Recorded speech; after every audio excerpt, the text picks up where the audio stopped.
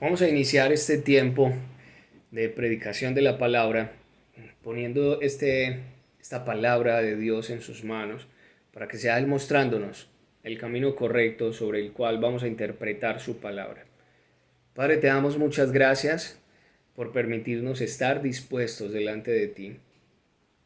Te damos muchas gracias porque tu palabra va a ser predicada, va a ser hablada.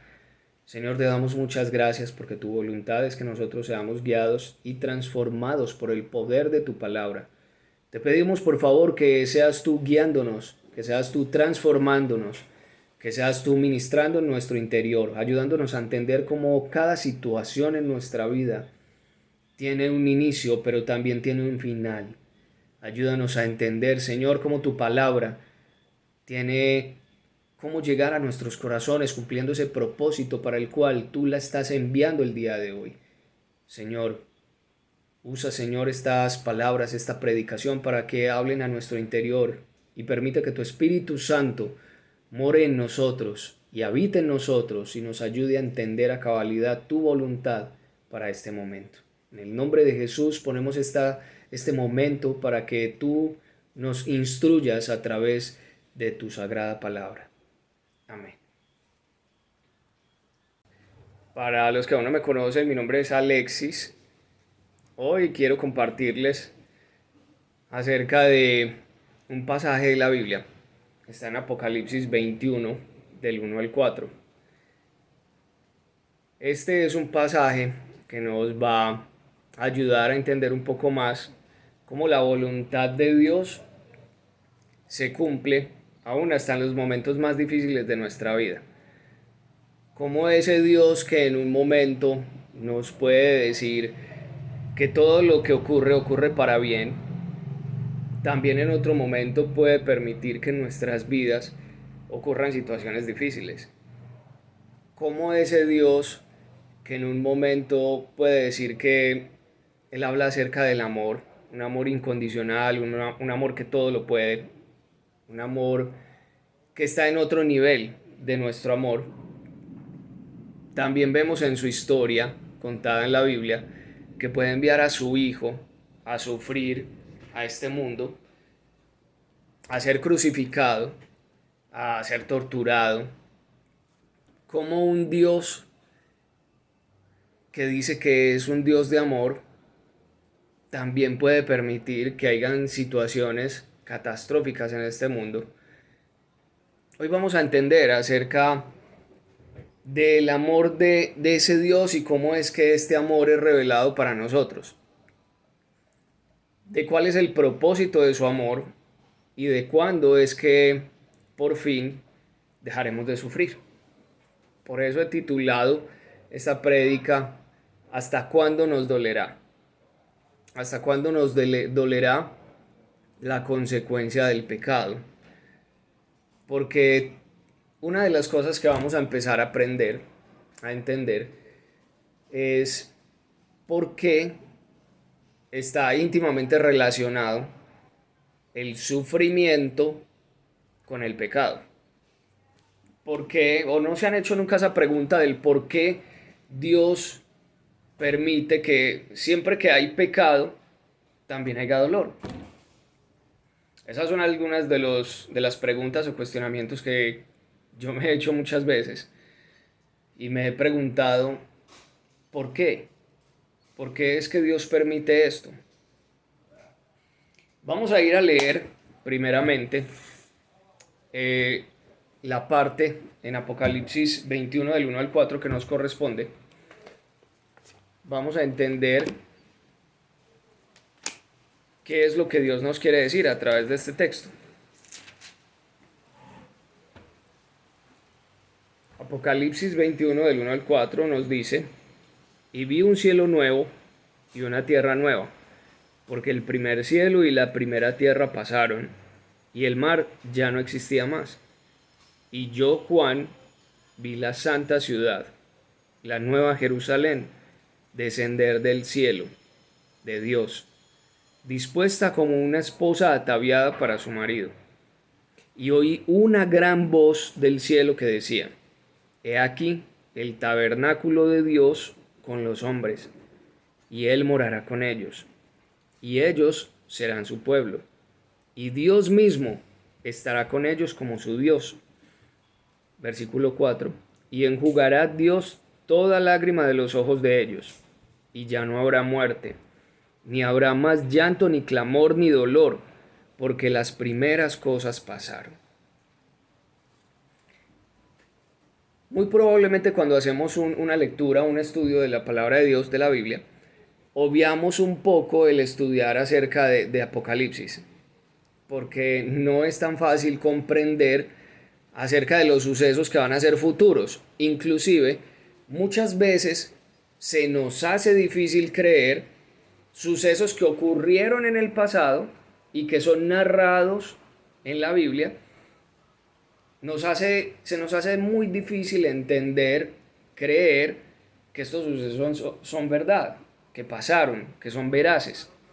Por eso lo primero es, vamos a ir haciéndonos durante estos próximos 30, 40 minutos alguna serie de preguntas que nos va a llevar a un mayor entendimiento del porqué de todas estas situaciones. Lo primero que nos vamos a preguntar es, ¿por qué es importante quién lo dice? En esta pregunta vemos que hay un protagonista. El protagonista es Juan. En el versículo número 2 que nos dice, y yo Juan vi la santa ciudad, la nueva Jerusalén. ¿Por qué Juan, que fue el que escribió todo esto, considera que es importante el aclarar primero que fue él y segundo que él fue quien lo vio? Es súper importante entender que representaba Juan uno de los discípulos con los que Jesús andó en sus momentos de vida. Este discípulo es quien logra narrar todos estos acontecimientos que no son acontecimientos del pasado. Y si recordemos que es difícil entender un acontecimiento o creerlo cuando es un acontecimiento del pasado, y muchas veces buscamos pruebas latentes o físicas y se nos hace difícil creer. Por eso también Dios en su palabra dice, bienaventurados los que sin ver creyeron. Esos bienaventurados entramos a ser nosotros. En este momento, Juan está narrando una historia para las personas, muy probablemente de las iglesias que él frecuentaba. Está narrando una historia que iba a ser leída, que iba a ser instruida en estas iglesias. Está narrando una historia para personas que muy seguramente le habían escuchado predicar algún día acerca de ese Cristo Redentor, ese Cristo que él vio cómo él hacía esos milagros. Muy probablemente muchos de los testigos que vieron no a Jesús, sino a Juan, sabían que su palabra tenía peso. Sabían que lo que él decía era verdad. Lo que él contaba acerca de los milagros de Jesús, acerca de cuando Jesús estuvo en todo el tiempo de la crucifixión, que era verdad. Porque no solo Juan hablaba de esto, sino que otras personas, los discípulos, también lo hablaban.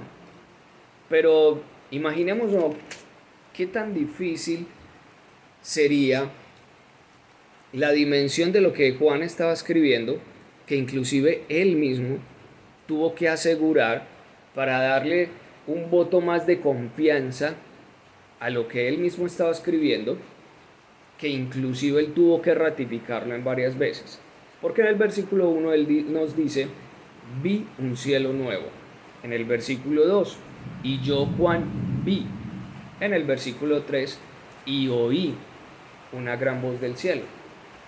Entonces debemos entender que para asimilar por completo la información de una historia, lo primero que para nosotros es relevante es de parte de quién viene. Nosotros somos muy incrédulos. Para nosotros es muy difícil creer a primera impresión.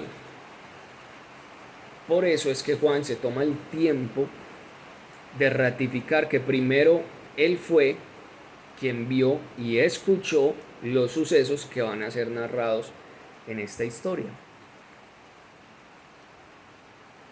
Entendiendo esto, hay algo que es fundamental y es ¿qué es lo que va a hacer Dios?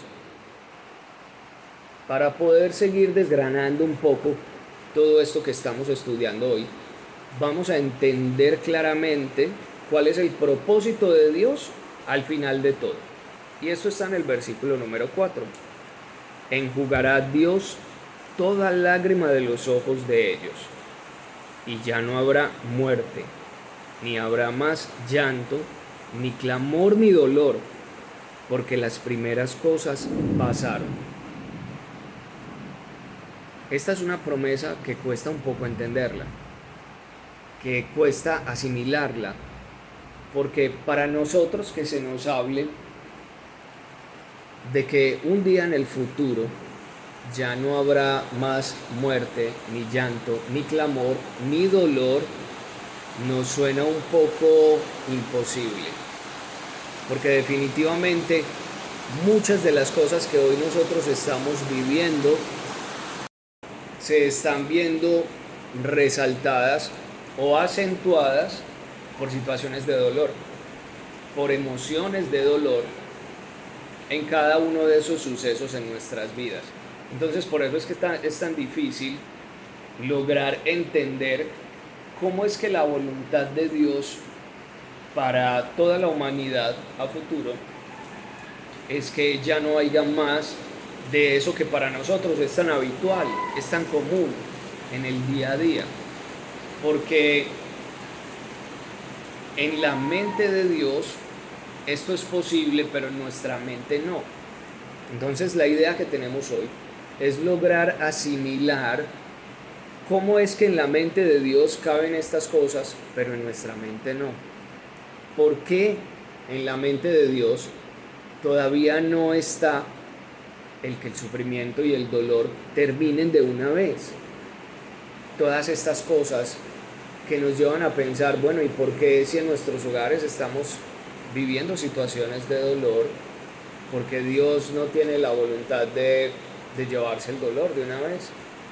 Si Él dijo que lo haría, como lo estamos leyendo acá en Apocalipsis 21, porque Él no lo hace en este momento, porque es que Dios no se lleva el dolor de mi vida, porque Él ni siquiera me lo puede evitar, porque ese Dios que todo lo puede no me evita el dolor. Y si ese Dios que todo lo puede y que me ama tanto quiere evitar el dolor o quiere abolir el dolor, entonces ¿por qué es que no lo hace ya? Muchas veces nos podríamos preguntar este tipo de cosas, y es muy necesario que vayamos a un contexto acerca de cómo la palabra de Dios nos narra ciertos acontecimientos que nos van a mostrar por qué. Lo primero que vamos a ver es por qué es que Dios liga el pecado con el dolor. Y no es que estén muy separados, sino que Dios los liga uno con el otro. Entonces vamos a ir directamente a una serie de pasajes bíblicos que nos van a ayudar a entender un poco más de esto. Por eso vamos a ir al libro de Génesis,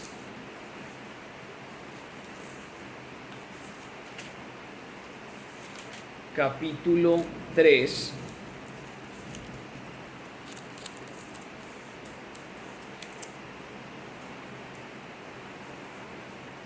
versículos 16 y 17.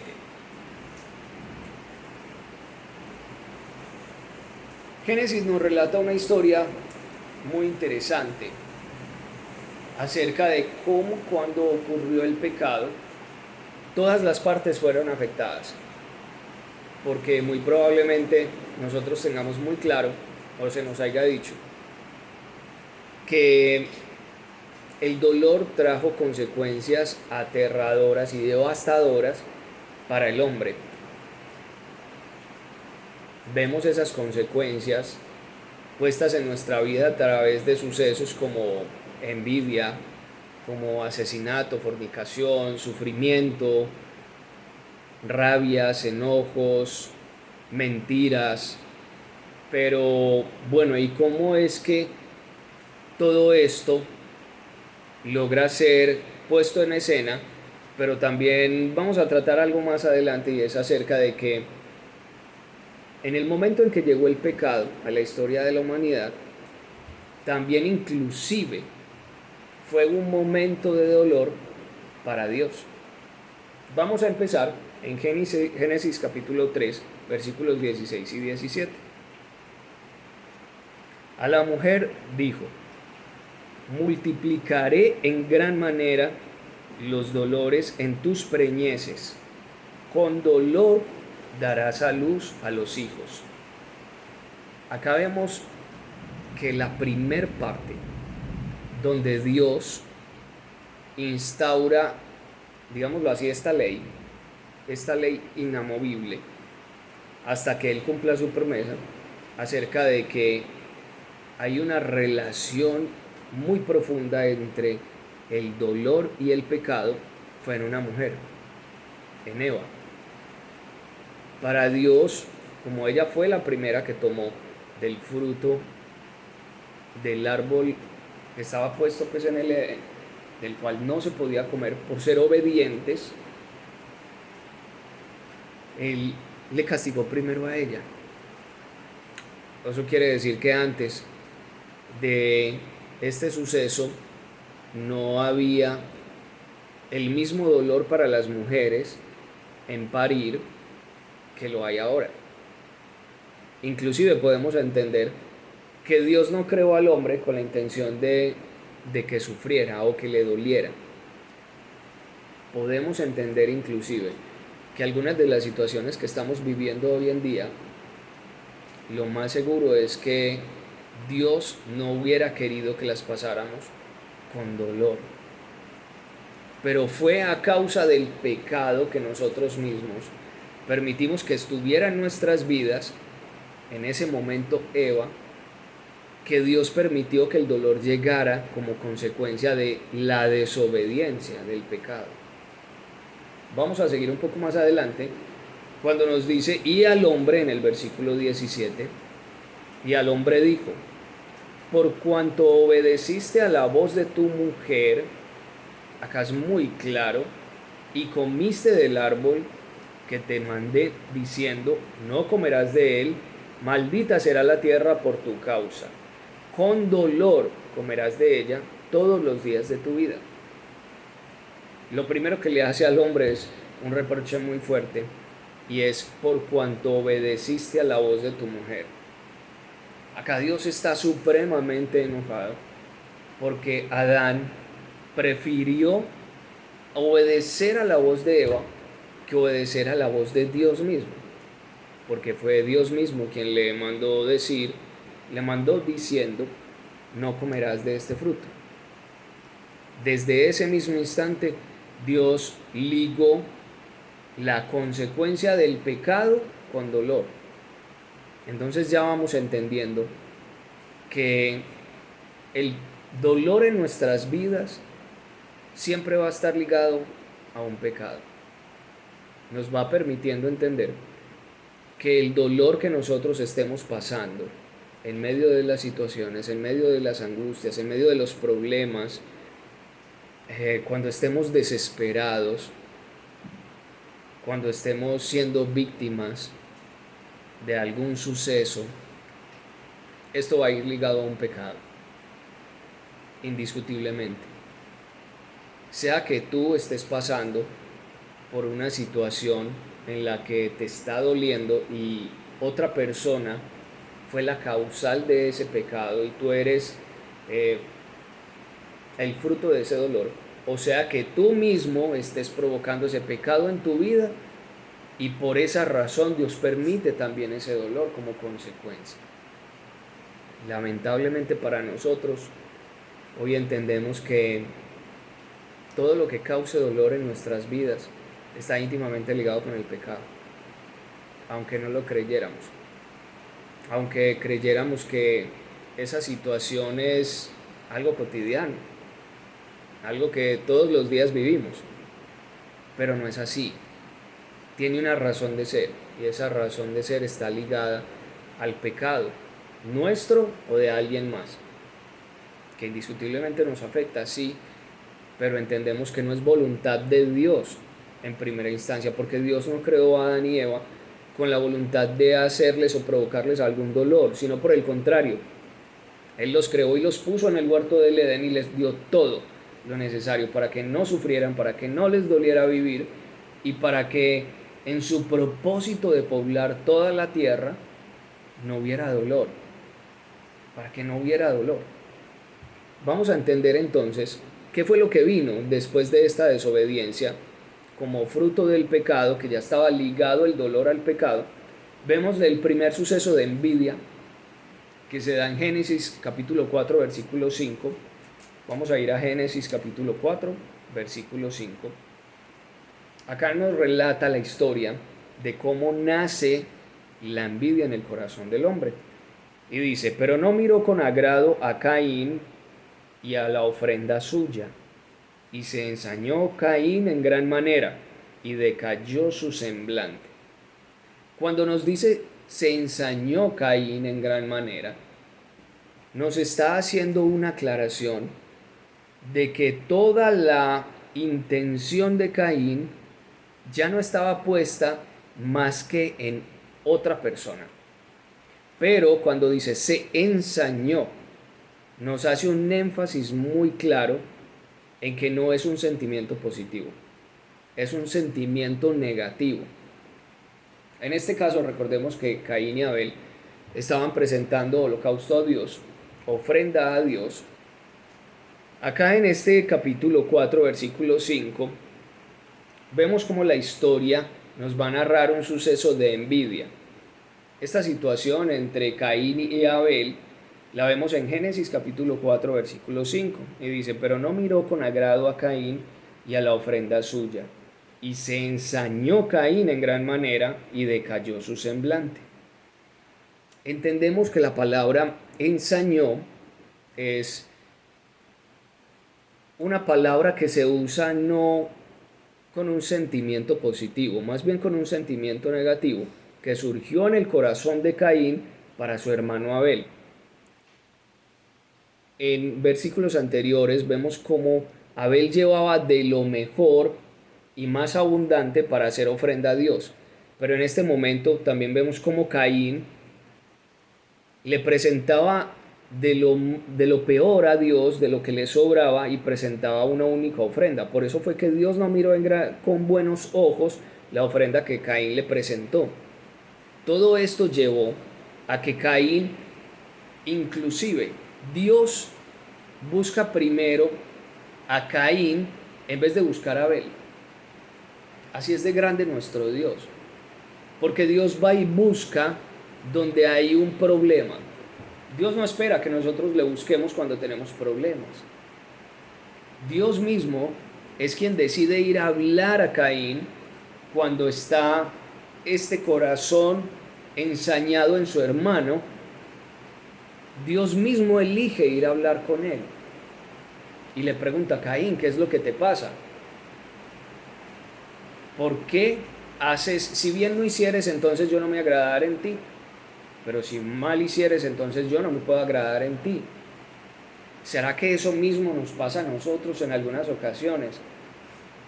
¿Será que Dios nos busca cuando tenemos situaciones difíciles en nuestro corazón, cuando estamos permitiendo que en nuestro corazón haya alguna raíz de amargura, haya algún tipo de dolor, se esté alojando ciertas situaciones en nuestra mente que nos esté llevando a alejarnos de Dios? Muy probablemente en nuestras vidas esté ocurriendo como en el momento en el que Dios buscó a Caín para hablar con él. ¿Cómo estamos respondiendo nosotros a ese tipo de situaciones? ¿Estamos respondiendo de buena manera? ¿O por el contrario estamos respondiendo como respondió Caín? Ensañándonos en vez de tener un corazón agradecido en la corrección. ¿Cómo estamos respondiendo cuando Dios nos habla? ¿Cómo estamos respondiendo cuando Dios nos busca? Porque acá nos muestra que incluso en las situaciones de dolor es donde primero Dios va a estar. Y quiero leerlo desde el versículo 4 que dice: y Abel trajo también de los primogénitos de sus ovejas, de lo más gordo de ellas, y miró Jehová con agrado a Abel y a su ofrenda, pero no miró con agrado a Caín y a la ofrenda suya. Y se ensañó Caín en gran manera y decayó su semblante. En el versículo 6, entonces Jehová dijo a Caín. Acá nos muestra que Jehová buscó fue a Caín, el que tenía el dolor en el corazón. Jehová no fue a buscar a Abel. Nos relata la historia, y es muy interesante, de que el mismo Dios, sabiendo lo que pasaba en el interior del corazón de Caín, fue y lo buscó primero a él. Por eso podemos entender que en medio de nuestras situaciones de dolor, Dios muy probablemente ya nos esté buscando. Pero la situación es cómo respondemos nosotros cuando tenemos esa situación de dolor y Dios nos viene a buscar. ¿Cómo estás respondiendo tú? Porque Caín dice, ¿por qué te has ensañado y por qué ha decaído tu semblante? Si bien hicieres, no serías enaltecido, y si no hicieres bien, el pecado estará a la puerta. Con todo y esto, a ti será su deseo, y tú te enseñorearás de él. Acá Dios le está dando toda la responsabilidad, luego de lo que está hablando a Caín.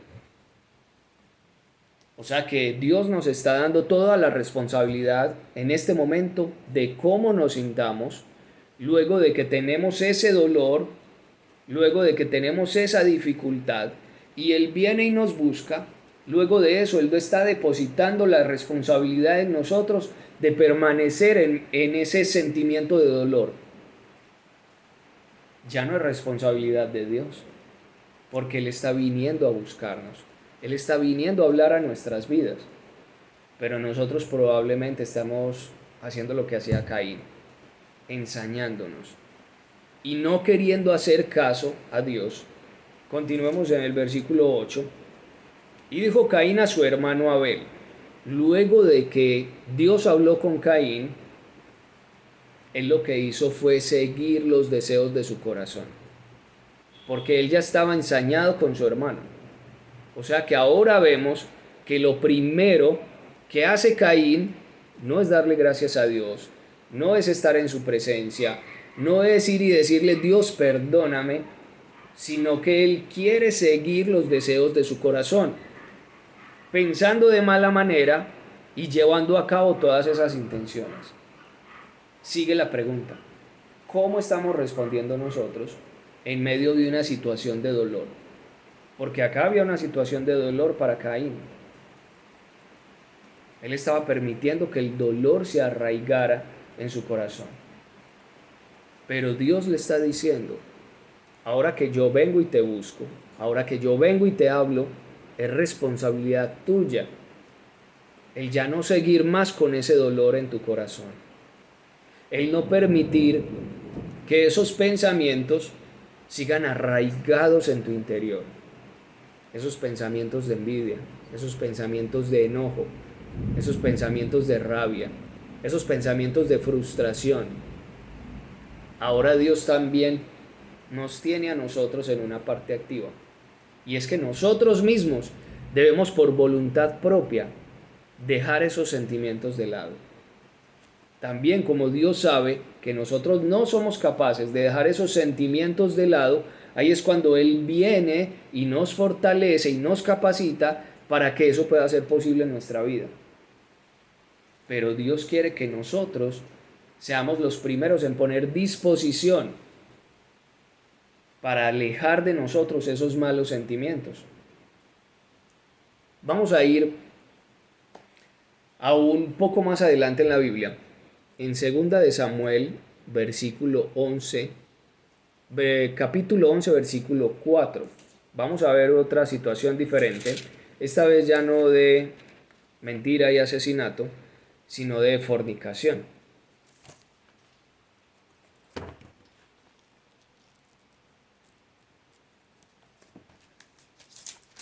Samuel, segunda de Samuel, capítulo 11.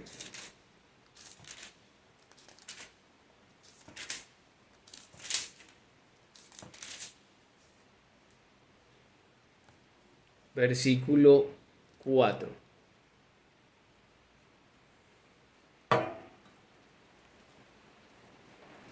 Esta es la historia entre David, Betsabé y Urías. Nos dice así: y envió David mensajeros, y la tomó, y vino a él, y él durmió con ella. Luego ella se purificó de su inmundicia, y se volvió a su casa. Eso es una situación bien compleja, porque estamos hablando acerca del rey David, el hombre que era conforme al corazón de Dios, el dulce cantor de Israel. Vemos que el rey David, con todo y lo ungido de Dios, tomó una mujer que era ajena. Con todo y lo amado por Dios, con todo y lo bien que estaba haciendo en el pueblo de Israel, permitió que ese sentimiento se alojara en su corazón y llevó a cabo un acto de fornicación, de adulterio. Entendamos que en ese momento estaban en guerras y el rey David no estaba cumpliendo con su deber de estar en el frente de la batalla. Puede que el rey David hubiera pensado que era tiempo de un descanso, que era tiempo de permitir que otros también hicieran el trabajo por el cual habían sido llamados. Puede que en ese momento el rey David estuviera pensando en estar con su familia, en estar tranquilo, en estar sosegado. Pero vemos que fue en ese momento en el que David bajó la guardia, en el que David no estaba con todos sus 5 sentidos en cumplir la voluntad de Dios, que fue cuando él vio posible ir en contra de la voluntad de Dios.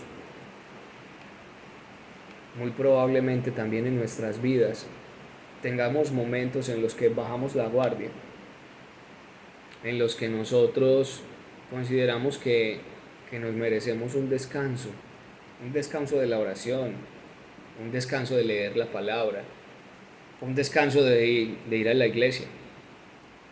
No, este fin de semana no es necesario, todos los fines de semana me levanto, madrugo, yo toda la semana madrugo, también para ir un domingo, también para madrugar un domingo. Puede que inclusive esos sentimientos estén alejando nuestro corazón, que estemos bajando la guardia, pero vemos que ni aún el rey David, el ungido de Dios, se salvó de caer en pecado cuando bajó la guardia. Ahora debemos preguntarnos en dónde estamos bajando la guardia nosotros en nuestra vida espiritual.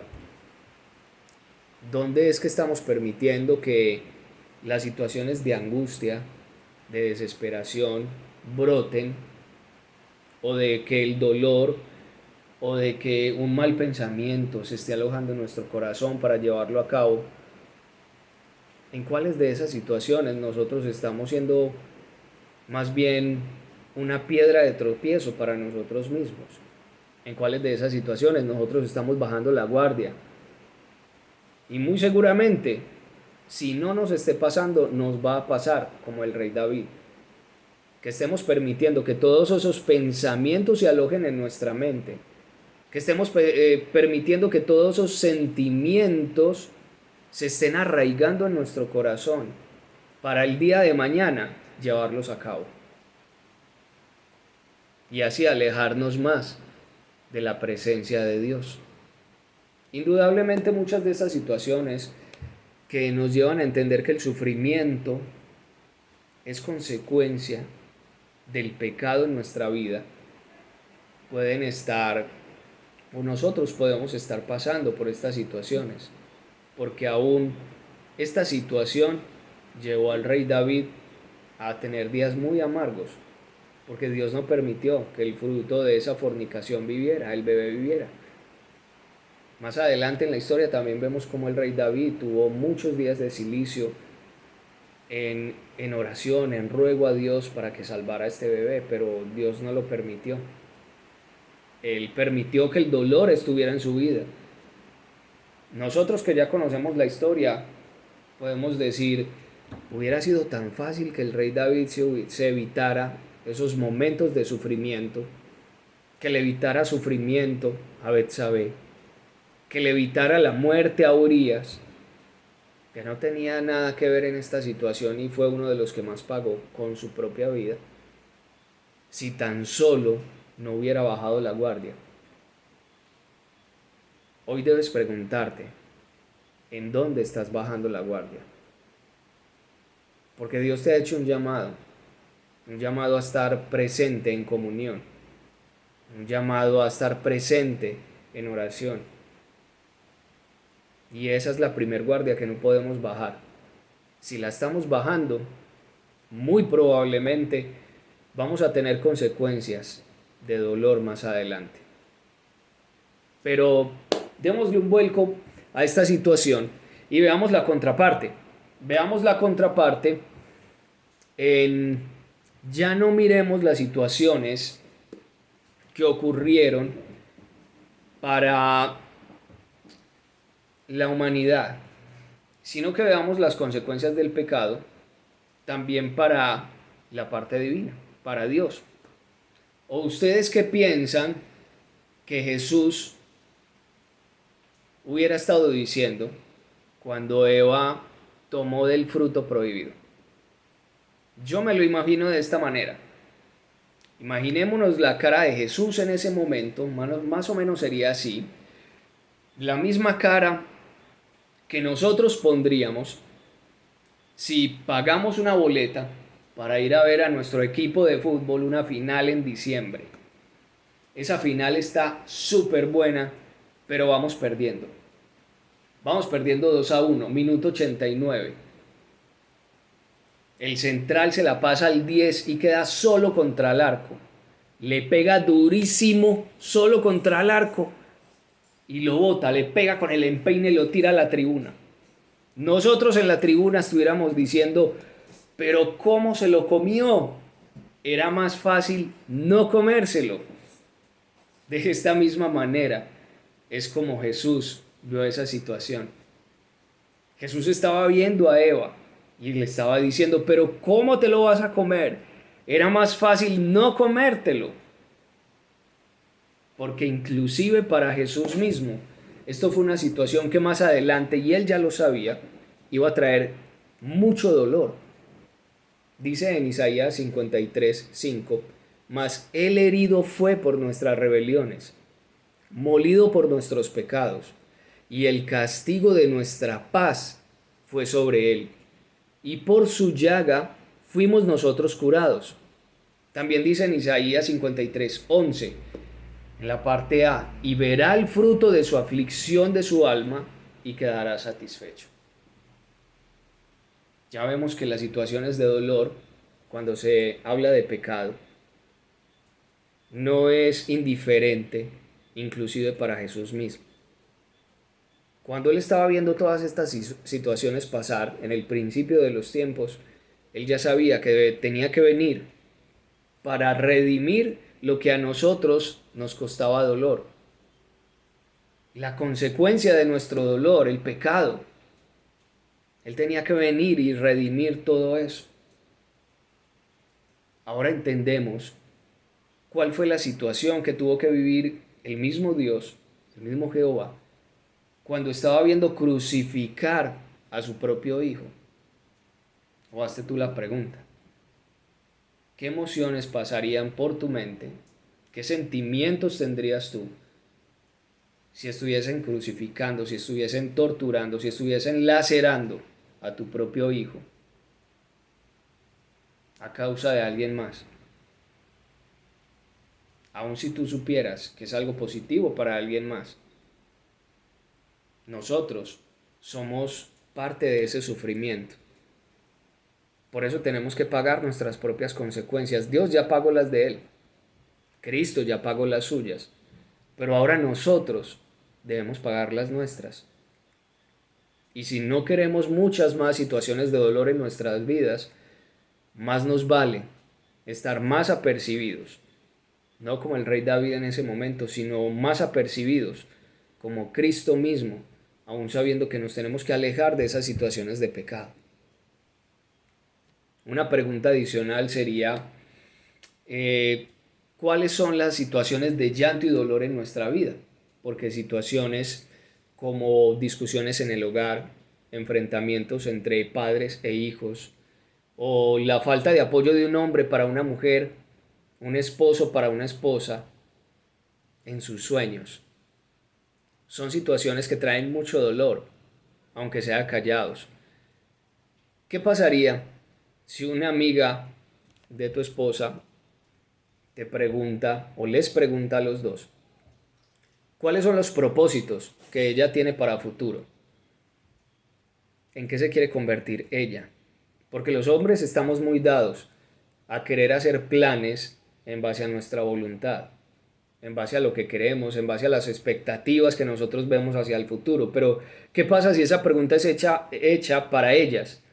¿Será que nosotros como hombres responderíamos lo mismo que ellas responden?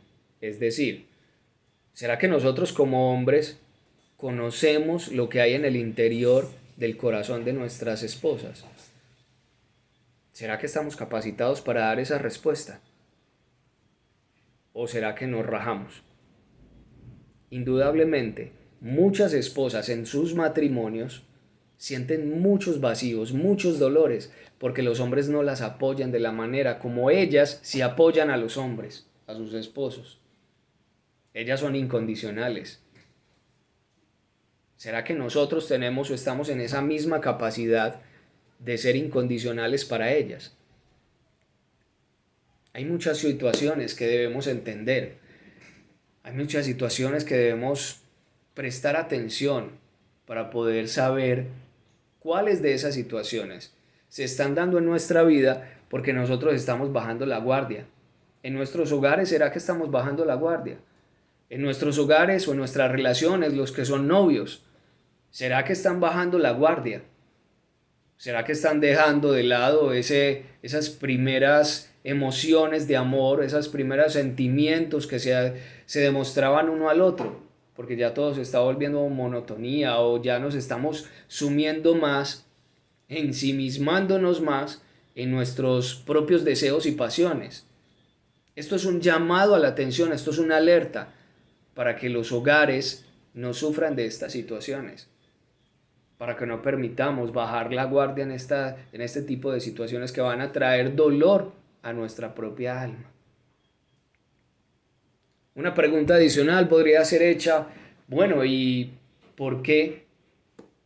¿Por qué fue que el pecado se llevó a cabo o tuvo entrada en la humanidad en un hogar?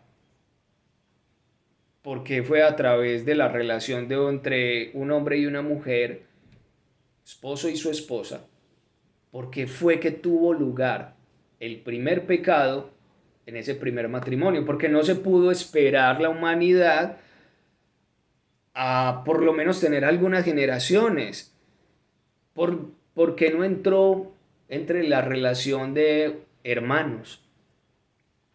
Porque el pecado no pudo esperar a entrar en la relación entre familiares. Porque inclusive el pecado muy seguramente no tuvo lugar entre el esposo y su suegra, muy probablemente. Porque vemos que Satanás eligió el primer hogar para atacar directamente. Creo yo que muy probablemente él eligió atacar directo en el corazón del hogar, porque él sabía que si él desestabilizaba lo que Dios quería tener estable, que era el seno de un hogar, el matrimonio, la unión entre un hombre y una mujer, este hombre y esta mujer, alejados de la voluntad de Dios, no iban a criar de la manera correcta las generaciones futuras. No lo iban a poder hacer. ¿Cómo sería la crianza que tuvieron que tener estos dos jóvenes, estos dos muchachos, Caín y Abel? Imaginémonos cuál fue la frustración con la que salió Adán y Eva del huerto del Edén, expulsados de la presencia misma de Dios. Todas estas situaciones de enojo, de rabia, muy probablemente tuvieron problemas conyugales, Adán y Eva. Adán echándole la culpa a Eva. Eva diciéndole, ¿usted por qué no estaba conmigo en ese momento? ¿Por qué me dejó sola? Cuando la serpiente vino y me tentó, entonces, ¿por qué yo estaba solo? ¿Usted por qué no estaba conmigo para protegerme? Todas esas situaciones se vivieron en el seno del primer hogar. Y desde ahí fue que Satanás, el diablo, logró desestabilizar todo lo que Dios quería tener estable. Donde Dios quería paz, amor, comprensión, Él logró desestabilizar tanto como para que en la relación de estos hermanos se hubiera albergado la envidia, el primer homicidio, también la mamá del primer asesinato y del primer homicida. Todo esto ocurrió desde el principio, porque el diablo mismo sabía que donde hay hogares unidos, donde hay hogares estables, donde hay hogares que ambos van caminando por una misma senda en querer agradar a Dios, el pecado huye, el pecado se va y por ende sus consecuencias. Obviamente vamos a tener situaciones de dificultad, vamos a tener situaciones en las que se nos sale de control, pero ya no va a ser algo en lo cual estamos inmersos, ligados o esclavizados día tras día, sino que va a ser algo esporádico. Una mala palabra va a ser algo, va a ser la excepción y no va a ser la regla.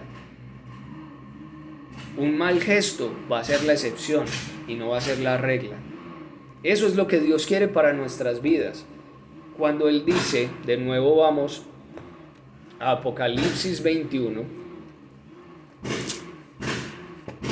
para terminar, vemos que en este libro de Apocalipsis Dios nos da una promesa muy grande y Él termina diciendo, y enjugará Dios toda lágrima de los ojos de ellos, y ya no habrá más muerte, no habrá más llanto, ni clamor, ni dolor, porque las primeras cosas pasaron. En el versículo 3 dice, y oí una gran voz del cielo que decía, he aquí el tabernáculo de Dios con los hombres, y Él morará con ellos, y ellos serán su pueblo, y Dios mismo estará con ellos como su Dios. Si bien esto es algo que se va a cumplir a totalidad, para cuando veamos todas estas cosas ocurrir, todas estas promesas que son ya para el final de los tiempos, podemos ver que Dios también quiere estar y morar con nosotros a través de su Espíritu Santo. Y Él quiere hacer una especie de tabernáculo en nosotros para habitar en nosotros y para ayudarnos a corregir todas estas situaciones que son consecuencia como pecado y dolor en nuestra vida. Solo que nosotros debemos disponernos.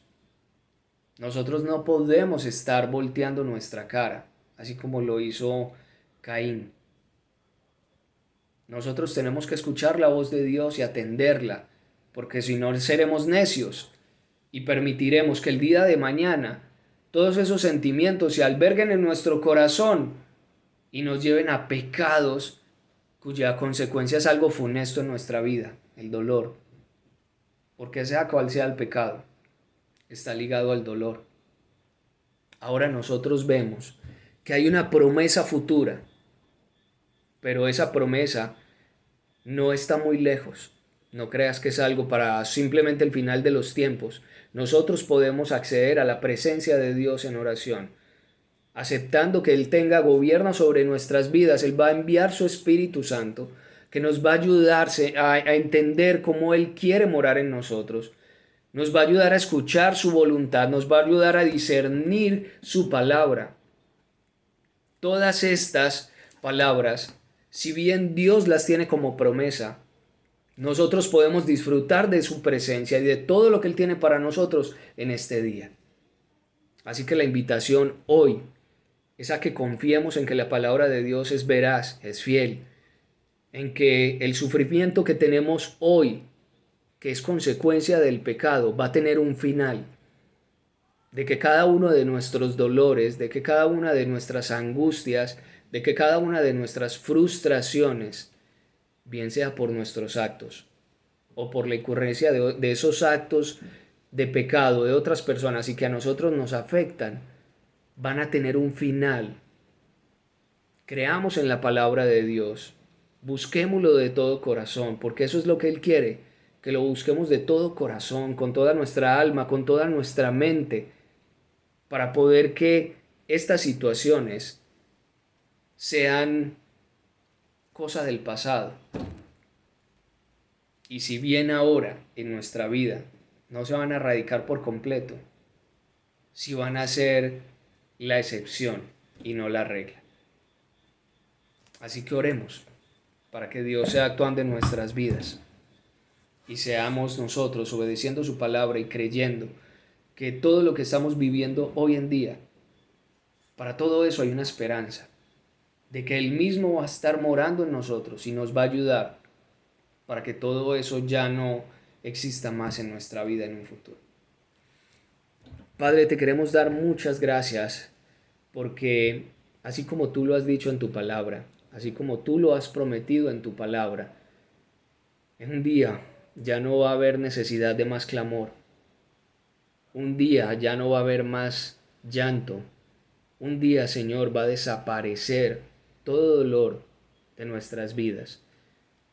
Ese día entendemos que va a ser en el final de los tiempos, cuando tú decidas, Señor, enviar a la nueva Jerusalén para morar en ella, para habitar en ella, para tomarla como tabernáculo y tú tener la presencia tuya en medio de los hombres. Ayúdanos, por favor, a mirar con fe todas estas situaciones. Ayúdanos, por favor, a mirar con fe todas estas promesas. Pero también definitivamente ayúdanos, Señor, a estar apercibidos, a mirar con fe nuestro presente. Porque si bien en un futuro tú has prometido que se va a ir y que todas estas cosas de lo cual es consecuencia el pecado, nos trajo como consecuencia el dolor en nuestras vidas, nosotros queremos, Señor, estar en tu presencia y queremos compartir momentos contigo para que todas estas situaciones que traen dolor a nuestra vida sean desarraigadas y nosotros podamos confiar completamente en ti. Padre, en el nombre de Jesús te damos muchas gracias porque tu plan siempre fue el evitarnos el dolor. Pero ya que nosotros somos obstinados y rebeldes y preferimos morar en medio del pecado, debemos llevar las consecuencias de dolor en nuestras vidas. Por eso hoy te pedimos, Padre, que nos ayudes a hacer más tu voluntad y menos nuestra propia voluntad. Te pedimos que nos ayudes a buscar más agradarte que agradarnos a nosotros mismos. Por eso, Señor, te pedimos que reines en nuestro corazón para que andemos más apercibidos de tu palabra que de nuestras propias voces en nuestro interior que siempre nos llevan a consecuencias funestas. En el nombre que es sobre todo nombre, te damos muchas gracias por tu palabra, por la exposición de tu palabra, por la predicación de tu palabra, Señor. Amén.